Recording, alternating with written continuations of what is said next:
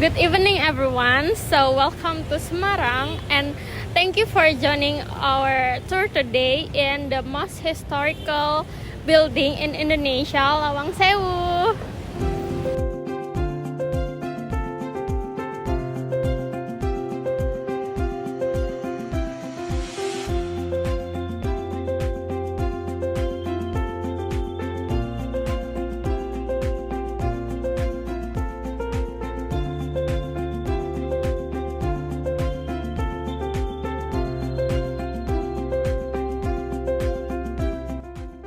Before we begin our tour, don't forget to purchase your ticket, and for the local visitor it's only 20,000, and for international visitor it's 40,000. And if you're hungry, don't worry, there's many food tenants here.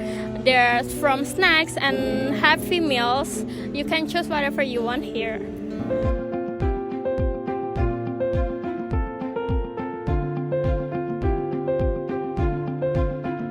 The name of Lawang Sewu literally means 1,000 doors in Japanese, and in reality it doesn't really exactly have 1,000 doors, but this building has many tall windows and doors, so that's the impression of the name of Lawang Sewu. This building was constructed in 1904 by Dutch East Indian Railway Company, or we know it as NIS, and you can see this is the pictures of the locomotive in Indonesia.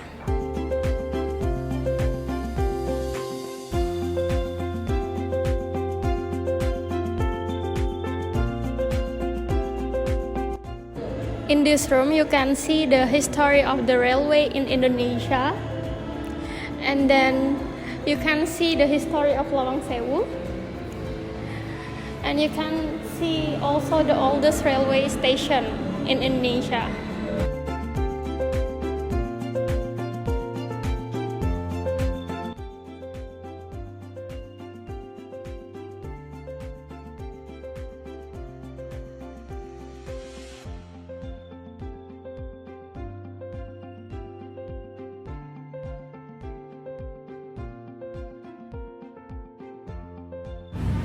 During the Dutch colonial era, it served as the administrative center of the NIS, which managed the first railway line from Semarang to Solo and Yogyakarta.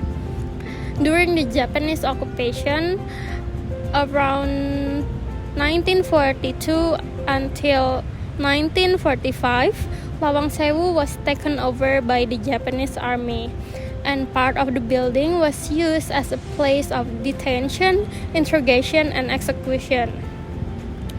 The building basement is often associated with mystical stories and dark history from that period. After independence, the building was used by the Indonesian Army, or TNI, and several government agencies. In 1945, a fierce battle between Indonesian youth and Japanese troops took place around Lawang Sewu, known as the 5-day battle in Semarang. Here you can see old railway artifacts and models from the colonial era. Lawang Sewu was not only an office but also a symbol of modern transportation and technology during the Dutch period. Lawang Sewu is not only the symbol of transportation progress in its time, but also the witness of the various significant events of Indonesian history. Now, as we walk through the corridor here, we notice that the air feels cool, and this is the example of the clever design of this architecture, because the airflow is suited for the tropical heat, and this building has thick walls and high windows for the ventilation. This is the good example of the sustainable architecture in the tropical country. Now we're walking to the restoration room, which show us the restoration process of Lawang Sewu. As I said earlier, that this building was built in the 1904 by the Dutch Colonial Railway Company, so it suffered significant damage over the decades. And in 29, a major restoration was undertaken by PT Kereta Api Indonesia and completed in 2011.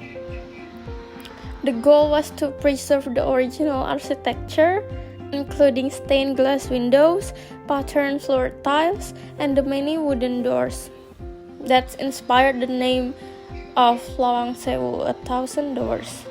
On the left, you'll see before and after photos showing the restoration process, and on the right, you will see the original tools and material used in the restoration.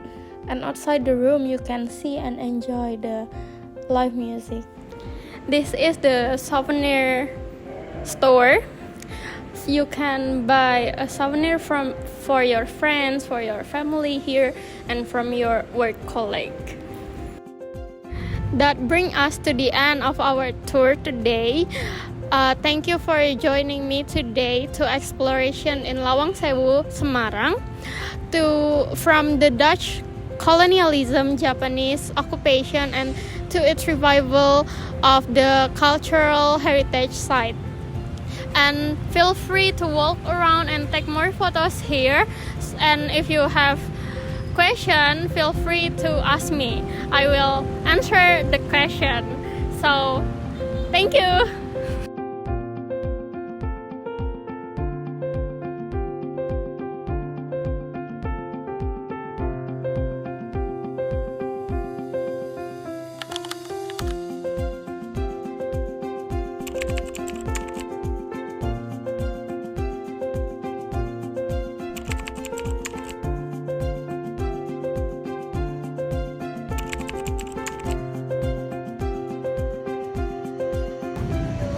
Lah, ini